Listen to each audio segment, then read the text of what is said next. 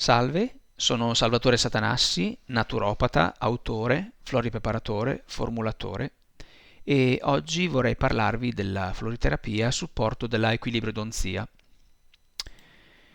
L'equilibrodonzia è un approccio olistico e innovativo legato all'ortodonzia che mira a ristabilire un equilibrio funzionale della bocca, che poi si estende all'intero organismo. Quindi non soltanto di natura estetica, ma ha un'azione correttiva sulle funzioni sia fisiologiche del cavo orale sia dell'intero organismo. E questi principi, dal mio punto di vista, ecco, come naturopata, si ricollegano un po' a quello che sono i sistemi riflessi. Non so se conoscete la riflessologia plantare, l'auriculoterapia. Ebbene, anche la bocca è un sistema riflesso, per cui l'equilibrio che noi andiamo ad apportare a livello della bocca si può estendere un po' all'intero organismo, perché i sistemi riflessi appunto studiano il fatto che un microcosmo possa avere una diciamo, risonanza sul macrocosmo o comunque da una periferia si può intervenire sull'intero. Ecco. Infatti questa modalità dei sistemi riflessi non è una cosa recente, ma appunto veniva già addirittura utilizzata dagli antichi egizi. Invece la floriterapia è un sistema terapeutico studiato e messo a punto da Edward Bach, un medico inglese nato nel 1886 e morto nel 1936, un medico che ebbe un certo successo a suo tempo, ma negli ultimi anni della sua vita lasciò il suo successo come appunto medico che operava a Londra per ritirarsi in Galles nella sua casa di campagna per sviluppare appunto questi 38 rimedi a partire da 38 fiori. E perché lui abbandonò la terapia medica classica? Perché si rese conto che la classica medicina curava la malattia ma non la persona, mentre secondo lui la malattia o i disturbi partivano direttamente da diciamo, squilibri a livello psicologico, emotivo e spirituale. E pertanto lui mise a punto ecco, questo sistema basandosi su delle intuizioni anche grazie alla sua diciamo, preparazione in omeopatia. Lui infatti era omeopata, conosceva bene questa disciplina e infatti ci lasciò anche i famosi nosodi di Bach, quindi sono una sorta di vaccini eh, ottenuti a partire appunto da batteri che andavano a trattare determinati terreni e che ancora appunto vengono anche utilizzati ancora oggi. Quindi, secondo Bach, non era importante affrontare direttamente la malattia, ma andare a trattare gli squilibri emotivi che parlavano di un conflitto tra l'anima e, e la personalità, insomma. Quindi le emozioni negative, la paura, l'ansia, l'incertezza bloccavano la vitalità dell'organismo, creando poi le basi per portare la malattia. La sua intuizione fu quella di utilizzare dei rimedi sicuri, come i fiori appunto, quindi non principi magari di partenza anche tossici come nell'omeopatia o tossici come possono essere anche quelli dei farmaci, insomma. E partendo appunto da rimedi sicuri appunto che non avessero alcun tipo di interazione negativa sull'essere umano, sviluppò questi 38 rimedi. Il metodo è molto semplice per poterli preparare. Lui prendeva appunto una ciotola di cristallo, la riempiva di acqua di sorgente pura e copriva la superficie senza toccare con dei fiori. Ogni fiore poi aveva delle specifiche qualità che potevano agire appunto sia a livello psicologico ma anche sugli schemi mentali. Poi con la sua esperienza si rese conto che si potevano anche utilizzare sul corpo e non soltanto in maniera diciamo psicologica ma anche in maniera sintomatica da un certo punto di vista. Infatti mise a punto il Rescue Remedy, che è un rimedio che si utilizza per esempio negli stati di attacchi di panico, nell'ansia acuta, per cui ha un'azione sintomatica. Infatti chi seguì a Bach, insomma vari studiosi, anche medici o naturopati, insomma, che portarono avanti il suo lavoro o fecero anche nuove estrazioni floreali, si resero conto appunto che l'utilizzo può avere appunto varie modalità, appunto, quindi sia sugli schemi mentali, sulle emozioni, sugli stati d'animo, sia poter agire sui vecchi traumi, ma anche agire direttamente sul corpo. In questo caso ho menzionato il sistema della solarizzazione, cioè quello appunto di mettere i fiori a essere esposti alla luce del sole. Ci fu anche un altro, esiste un altro metodo che si utilizza per alcuni fiori, che è il metodo della bollitura. In questo caso si raccolgono dei rametti con i fiori e senza toccarli si mettono appunto in una pentola, diciamo meglio se smaltata o di vetro, di Pirex, e si fanno bollire per 30-40 minuti finché la pianta non cede, il fiore non cede, diciamo, le sue proprietà, e poi si procede come si fa con la solarizzazione, cioè si tolgono, diciamo, i fiori, si filtra e si aggiunge in proporzioni uguali la stessa quantità di brandy o di grappa per mantenere nel tempo questa madre. Poi si può eventualmente usare questa madre per creare una diluizione intermedia chiamata stock bottle, o come faceva anche a volte anche Bach, si utilizzava direttamente questa madre, 2-3 gocce, per fare una boccettina da utilizzare direttamente. 2-3 gocce in una soluzione generalmente di acqua, di buona acqua e brandy, perché si potesse conservare e potesse essere utilizzato per il tempo, insomma, dell'utilizzo del fruitore. In questo modo si poteva apportare la funzione del fiore alla persona che ne faceva utilizzo. Perché funziona la floriterapia? Ecco, diciamo che ci sono molte analogie con l'omeopatia, quindi da un certo punto di vista, anche se la floriterapia ha ancora una base, diciamo, ponderale, cioè potrebbe essere misurabile un po' un residuo del fiore, in realtà ci sono molte analogie con l'omeopatia, seppure non ci sia la succussione alle forti diluizioni dell'omeopatia. Tuttavia, ecco, il meccanismo non è spiegabile da un punto di vista chimico.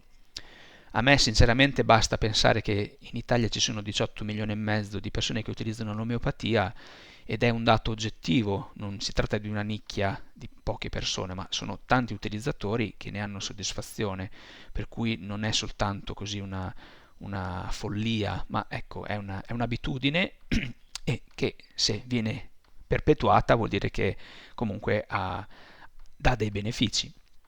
Non è questo un dato ovviamente da utilizzare per un confronto scientifico, ma se una cosa ci serve noi la possiamo utilizzare e avere dei benefici, insomma, ci interessa appunto questo, non tanto la dimostrazione del perché. Poi ovviamente si può anche cercare di rincorrere questo, ma con la chimica non è così facile. Può essere più interessante magari con la fisica, studiando magari i domini di coerenza dell'acqua, la formazione dei cluster, gli studi di Masauro Emoto, o sicuramente quelli di Emilio Del Giudice di fisica quantistica.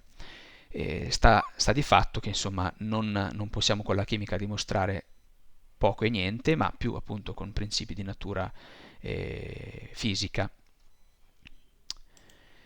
Come funzionano i fiori? Cioè, in che modo possono procurare dei benefici? Ecco, una volta che abbiamo creato le madri, abbiamo preparato le nostre dosi, noi andiamo in qualche modo a entrare in risonanza con un'informazione. L'informazione è il messaggio che c'è in questi fiori.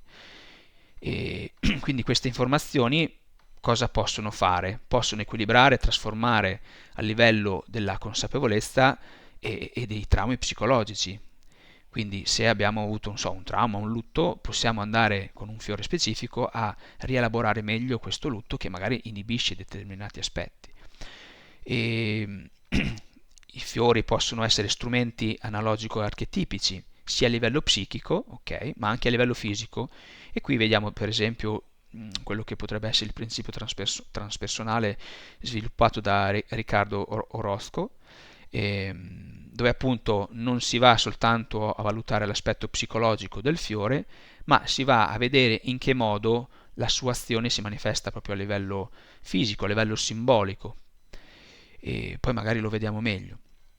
I fiori possono essere un mezzo per sbloccare specifiche emozioni da punti del corpo, quindi sempre tramite il principio transpersonale, oppure anche ad esempio attraverso queste mappe di Kramer, quindi un medico tedesco che ha, diciamo, codificato il corpo, quindi ogni parte del corpo è associato a un'emozione e a un specifico fiore che può eventualmente trattare i blocchi somatici su quella parte del corpo, o anche andare a sbloccare quel tipo di emozione che è magari cristallizzata anche sul corpo e non soltanto a livello della consapevolezza. E poi i fiori possono essere un richiamo intuitivo verso la salute. Mi capita spesso di utilizzare anche con dei bambini i fiori, per cui si fa un'indagine magari psicologica, magari confrontandosi con la madre, ma diciamo che spesso i bambini, proprio dalle foto, dalle immagini dei fiori, vanno proprio a scegliere i fiori che ricalcano gli aspetti psicologici che magari sono emersi o più salienti o legati ai loro comportamenti. Quindi anche la scelta intuitiva in realtà, cioè il nostro inconscio ci può portare a scegliere quello che più ci può competere, a meno se non ci sono dei blocchi o una mente preponderante su questa capacità di ascoltarsi. E poi i fiori vengono utilizzati spesso in un proprio percorso di autoconoscenza, di autoconsapevolezza, e poi ovviamente sono una linea preferenziale dal mio punto di vista per poter intervenire sulle cause psicosomatiche che possiamo incontrare in diverse circostanze. Quindi hanno molti tipi di utilizzo. E poi ecco, nel caso del Rescue Remedy ci sono delle evidenze anche così a livello di studio dove per esempio la sua attività è riscontrabile, ecco, almeno a livello statistico, in un miglioramento per esempio nei casi di asma oppure nei casi di attacco di panico, ecco. Ovvio che in questo caso ha un'azione più sintomatica, quindi è anche più facile identificare direttamente una risposta misurabile. E così invece sia con la floriterapia che con l'omeopatia non è facile poter così confrontare l'efficacia su un sintomo con un rimedio, perché appunto queste metodiche non vanno a trattare il sintomo ma trattano la persona, quindi lo stesso sintomo potrebbe avere radici molto diverse. Infatti chi conosce l'omeopatia sa che per lo stesso sintomo potrebbero esserci anche 20-30 rimedi diversi, e quindi non è possibile fare diciamo, un confronto diretto. Perché si possono integrare i fiori all'equilibrio d'onzia? Ecco, intanto i fiori possono, come dicevamo, intervenire sulla radice psicosomatica, dove un sintomo o un'alterazione sono la manifestazione di un disagio inespresso. E cioè ciò che non si esprime si imprime.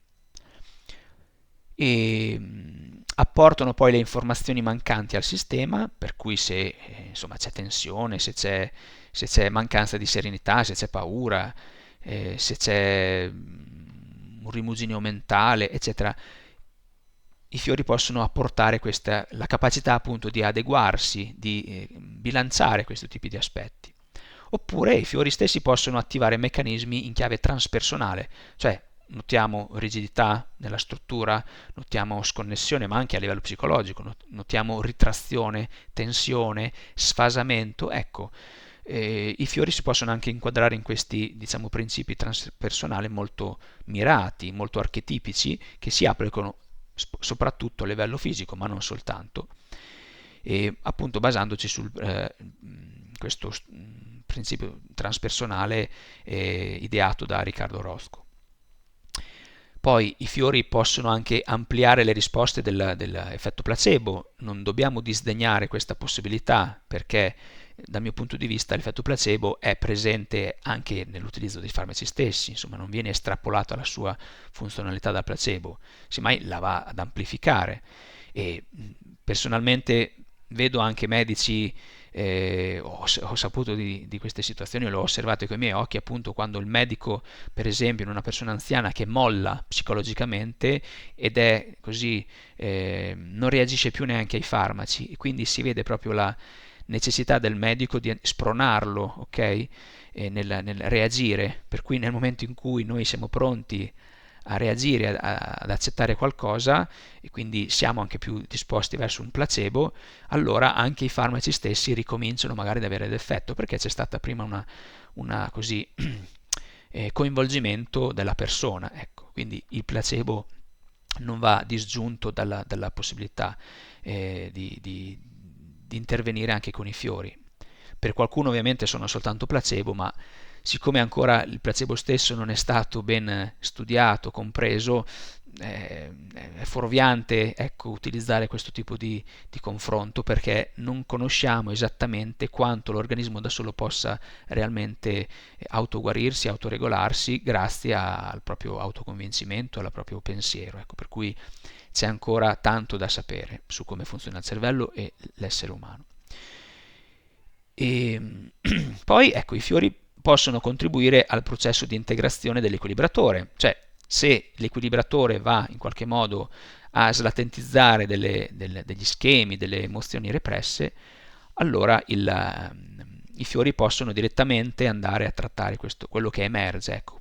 In questo modo creando anche una maggiore tollerabilità dell'equilibratore stesso, perché quando noi, anche a livello olistico, andiamo a stimolare delle parti del corpo o facendo dei trattamenti, o anche la semplice riflessologia plantare, cioè noi andiamo a trattare un punto che crea anche un fastidio, un dolore, ma è proprio quel dolore che sta slatentizzando il problema e pertanto possiamo mettere anche sul piede un fiore che possa attenuare quel tipo di fastidio o che corrisponda all'emozione che viene liberata. In questo modo si ha un'azione sinergica molto importante.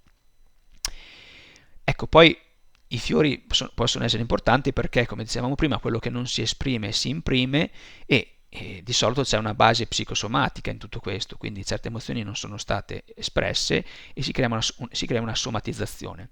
E la psicosomatica, diciamo che anche da un punto di vista scientifico è comunque stata dimostrata, per cui è chiaramente visibile, ad esempio, nelle problematiche dermatologiche, dove lo stress aumenta il problema, oppure in problematiche intestinali, dove lo stress aumenta il problema. Ecco, per cui ci sono già delle basi che contestualizzano questo e poi c'è la psiconeuroendocrinologia che sicuramente, o le neuroscienze, insomma, che ci aiutano in maniera abbastanza chiara a definire che esistono mediatori comuni al sistema nervoso, al sistema endocrino, al sistema immunitario e anche al sistema metabolico, per cui insomma una diagnosi, una brutta notizia, una separazione creano gradualmente se non vengono elaborate nel modo giusto, se non vengono così trasformate, se non vengono riequilibrate, possono ovviamente creare delle somatizzazioni. Quindi questo ormai è riconoscibile a tanti livelli. Allora, che cosa sono i preparati Equilibrium? Ecco, i preparati Equilibrium sono quindi dei prodotti di Eptamed pensati appunto per essere associati al lavoro con l'equilibratore. Proprio per in qualche modo facilitare sia l'utilizzo dell'equilibratore sia andare a trattare eventualmente le cause psicosomatiche che l'equilibratore va a slatentizzare. E di che cosa si tratta? Sono quindi integratori alimentari basati sulla floriterapia, ok, quella di Edward Bach, e un'altra floriterapia basata sui rimedi californiani.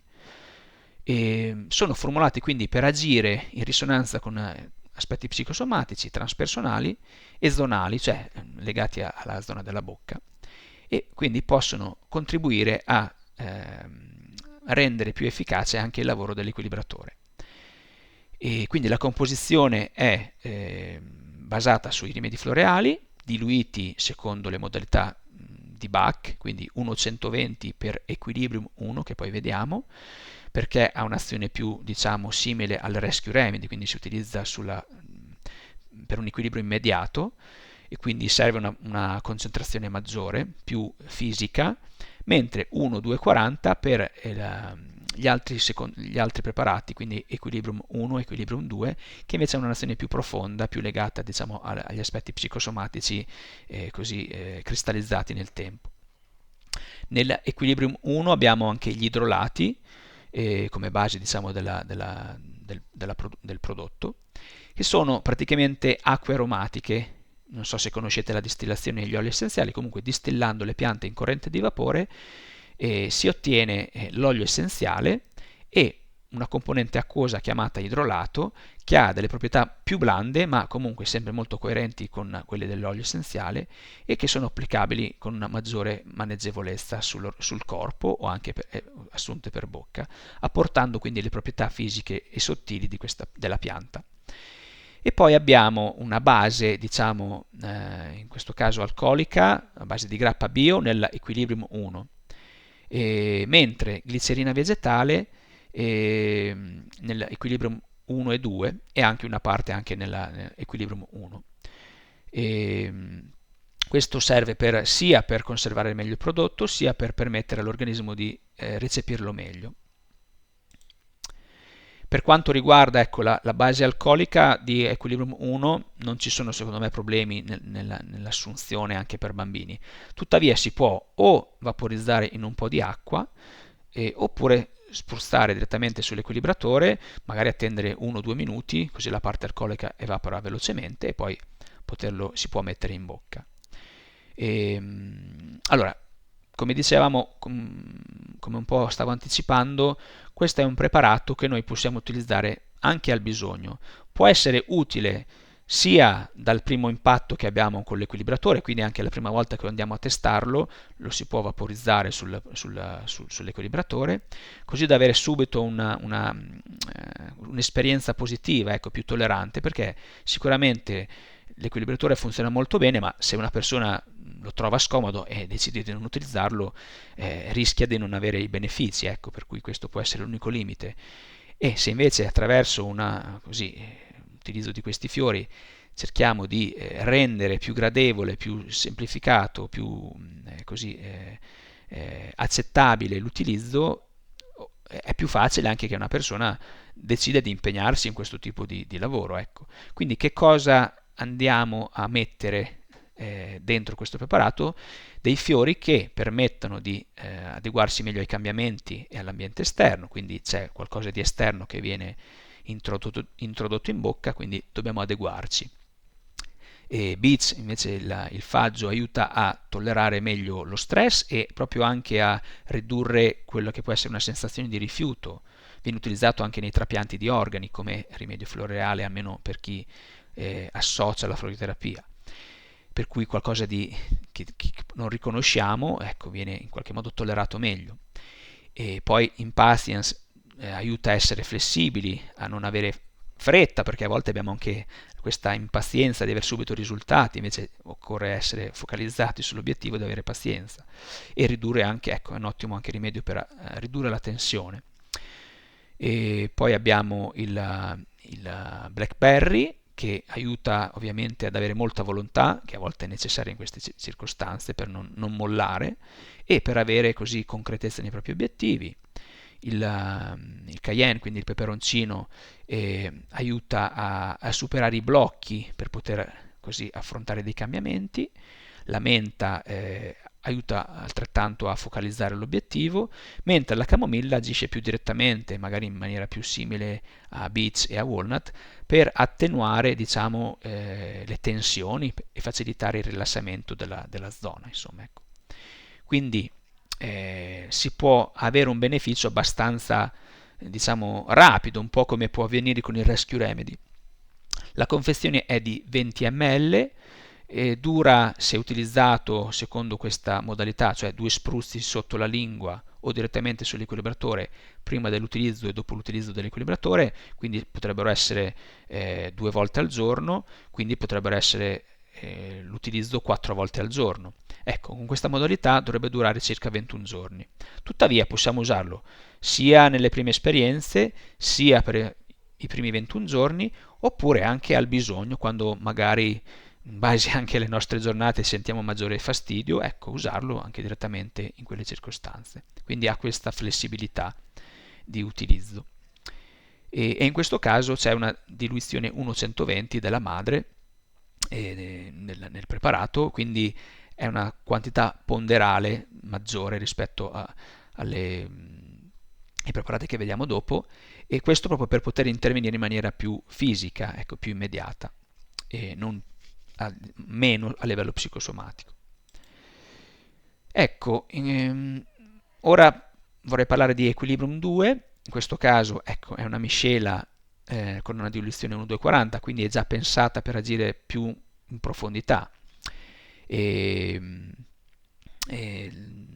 Abbiamo cercato di estrapolare un approccio multidisciplinare per valutare quali fiori utilizzare, per esempio anche valutando un punto di agopuntura, che poi vediamo.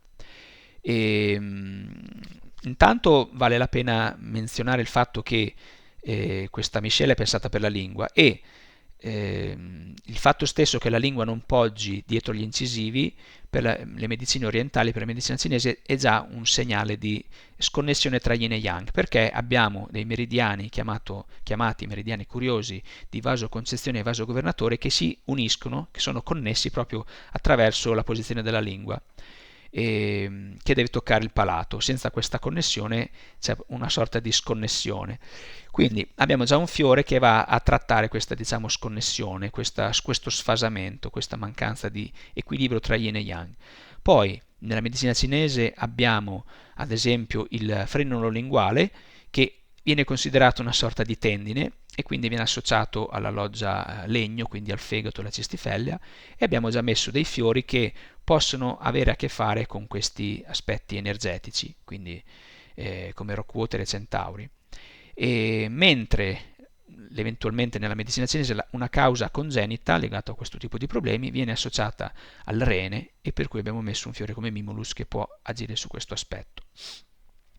E così anche valutando un po' l'approccio delle 5 leggi biologiche, la medicina germanica, l'anchiloglossia corrisponde a, così, come zona alla mesoderma e pertanto viene in qualche modo viene inquadrata attraverso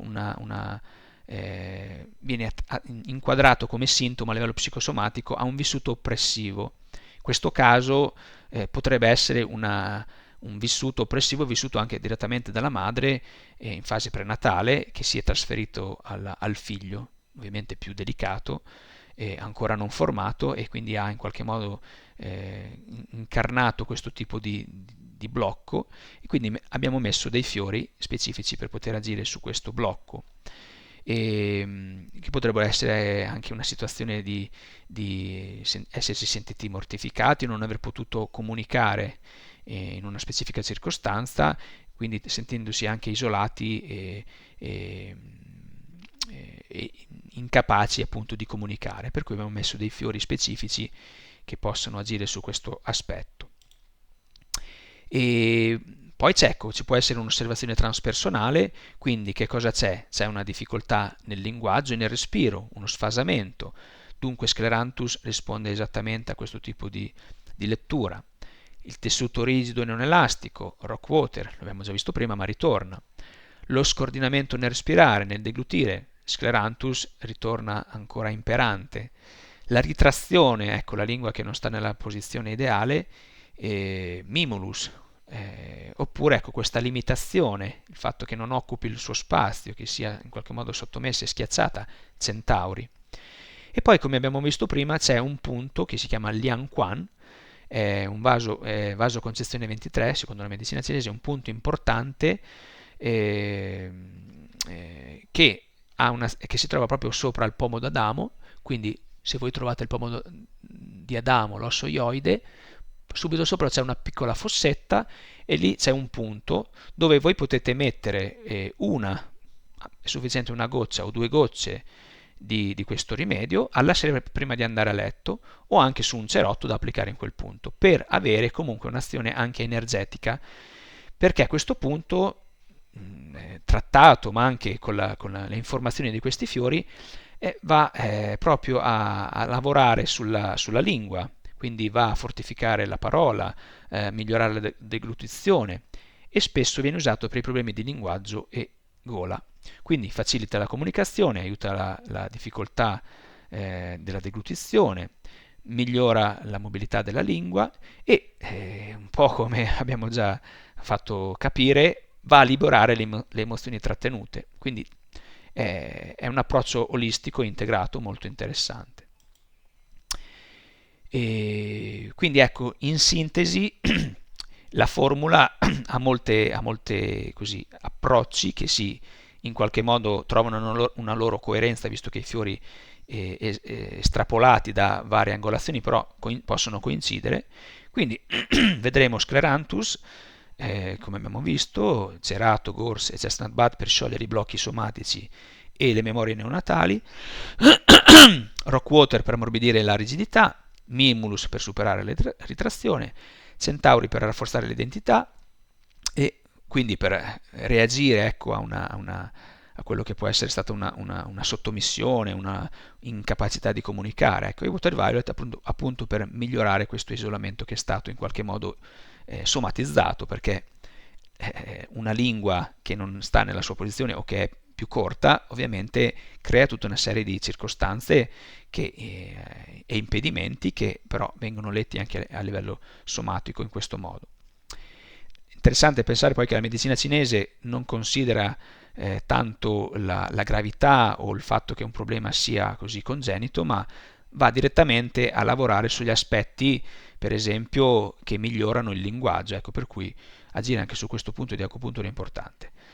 La confezione da 30 ml, la posologia di 3-4 gocce 2 volte al giorno direttamente sotto la lingua, permette di avere una durata di almeno forse non 2 mesi pieni, ma quasi 2 mesi. Io consiglio almeno fare 3-4 mesi perché si va a lavorare molto in profondità e non ha senso, insomma, immaginarsi una risposta immediata. E la base, ecco, in questo caso è glicerina, per cui non ci dovrebbero essere problemi di tollerabilità, ma si può diluire anche in un po' di acqua e bere in un po' di acqua al risveglio prima di andare a letto, oltre appunto all'utilizzo nel punto di agopuntura. A questo punto vediamo un altro preparato che si chiama Equilibrium 3, pensato per i fastidi notturni. Sia il russare che il bruxismo hanno in comune un trattenimento a livello emozionale che si manifesta e libera durante il sonno.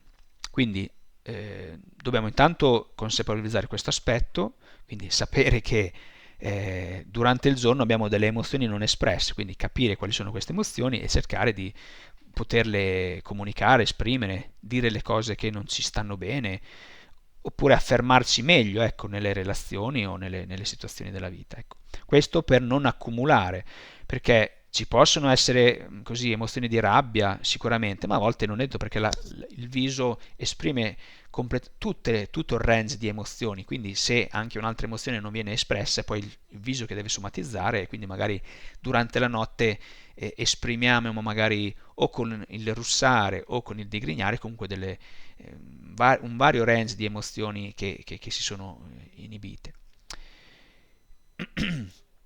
E anche in questo caso abbiamo valutato un punto di medicina cinese che PEN è stomaco 12.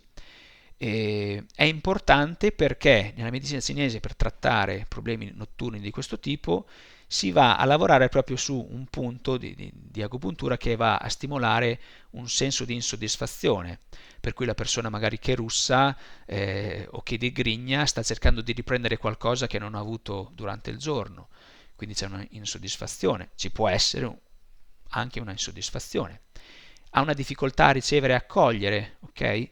Quindi aiuta una sorta, infatti è un punto di stomaco, lo stomaco deve recepire che c'è nutrimento da un punto di vista energetico, quindi va a dare un feedback positivo su quello che è il vissuto giornaliero. Quindi magari non abbiamo più bisogno di fare rumore per farci notare, per così continuare a rimuginare quello che non abbiamo potuto comunicare. È un punto che va a gestire anche le preoccupazioni e l'ossessività, a volte derivata da una difficoltà a sentirsi pieni o sicuri. E, è un punto che dona la capacità di integrare il nutrimento, quindi portando, come dicevamo anche prima, un senso di appagamento e di pace interiore. Ecco, ovviamente se abbiamo pace interiore non abbiamo bisogno di stringere i denti. E poi è anche un punto importante perché può aiutare a elaborare meglio il lutto, per cui a volte molti disturbi notturni hanno proprio origine dopo situazioni di questo tipo. Il punto è sopra la clavicola e per trovarlo è una fossa, diciamo, per cui basta così trovare la fossa, però il punto esatto lo si può individuare salendo sulla linea mediana, scusate, sulla linea mediale, partendo dal capezzolo fino a trovare il punto insomma, che corrisponde a stomaco 12. E anche in questo caso si può mettere una goccia prima di andare a letto, magari bilateralmente, oppure anche un cerotto con una o due gocce del preparato. E in questo caso la formula quindi va a sbloccare le emozioni nascoste, quindi a volte sono le persone che digrignano, per esempio, sono persone che hanno sempre il sorriso, che hanno sempre, non hanno problemi, poi in realtà hanno bisogno di stimolanti, di bere tanti caffè o di bersi un bicchiere in più proprio per sciogliere una tensione interiore che poi però si manifesta durante il sonno. Quindi con questo fiore, con Agrimoni, andiamo in qualche modo a togliere un po' questa maschera e quindi si ha anche più il coraggio di esternare le cose che più ci possono infastidire. O comunque anche interiormente, però che non abbiamo più paura non abbiamo più bisogno di tenerci un tormento interiore, lo sappiamo condividere. Mentre Oak è importante per le persone molto rigide, che hanno un profondo senso del dovere, quindi devono stringere i denti in tante situazioni e sopportano un peso. White Chestnut invece è importante in questo caso perché libera la mente sia dai pensieri rimuginativi, ma allo stesso tempo perché è anche un disco rotto quello di così digrignare o anche russare, quindi ogni notte c'è questa ripetizione, quindi in chiave transpersonale White Chestnut agisce anche su questo aspetto. E Water Violet aiuta a superare l'isolamento interiore. Chi russa a volte si tende a isolarsi, è un modo per isolarsi, ecco, per cui in realtà aiuta ad andare incontro invece a un'apertura nelle relazioni e quindi non diventare ostili verso qualcuno.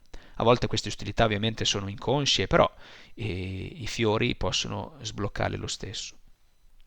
E a volte c'è una difficoltà appunto di manifestarsi, quindi il fiore di Tanaceto aiuta a ritrovare slancio e identità personale proprio per poter comunicare, manifestarsi e non accumulare le proprie emozioni. E allo stesso modo Centauri aiuta appunto a rafforzare i confini e superare la sottomissione. Eh, non che la persona che digrigna sia sottomessa, però a volte c'è una mantenere dentro di sé certe emozioni, certi vissuti per non in qualche modo sottoporli all'attenzione degli altri, quindi è un modo per non lasciarsi in qualche modo, per farsi più piccoli, ecco, invece bisogna avere il giusto rapporto. E, quindi in questo caso la posologia è di 30 ml, con questa posologia di 3-4 gocce 2 volte al giorno al risveglio prima di andare a letto potrebbe durare circa 2 mesi, anche in questo caso consiglio almeno 3-4 mesi, per cui non ci si può aspettare delle risposte immediate sul miglioramento. E, altro da aggiungere su questa miscela ci sarebbero altri discorsi da fare, ma non vogliamo magari appesantire troppo. E, ecco, a questo punto arriverei alle conclusioni dicendo appunto che i rimedi floreali possono agire sia a livello psicosomatico ma anche in maniera più così potremmo dire sintomatica su alcuni aspetti, anche emozionali ovviamente, per cui questa sinergia fra l'equilibratore e i rimedi floreali può essere estremamente utile e vantaggiosa da entrambi i punti di vista. E, e possiamo quindi servirci di questa sinergia per velocizzare, per rielaborare meglio le emozioni che vengono slatentizzate dall'equilibratore e quindi in qualche modo andare a fare un percorso molto più armonioso e coerente. Io con questo vorrei concludere. Qui ho messo un fiore che si chiama cerato proprio per aiutare a non essere dispersivi e avere fiducia nelle proprie intuizioni. E anche questo può essere un messaggio per chi vuole in qualche modo riuscire a portare a termine i propri obiettivi. E spero di essere stato incisivo e concludo ringraziando Eptamed e arrivederci alla prossima.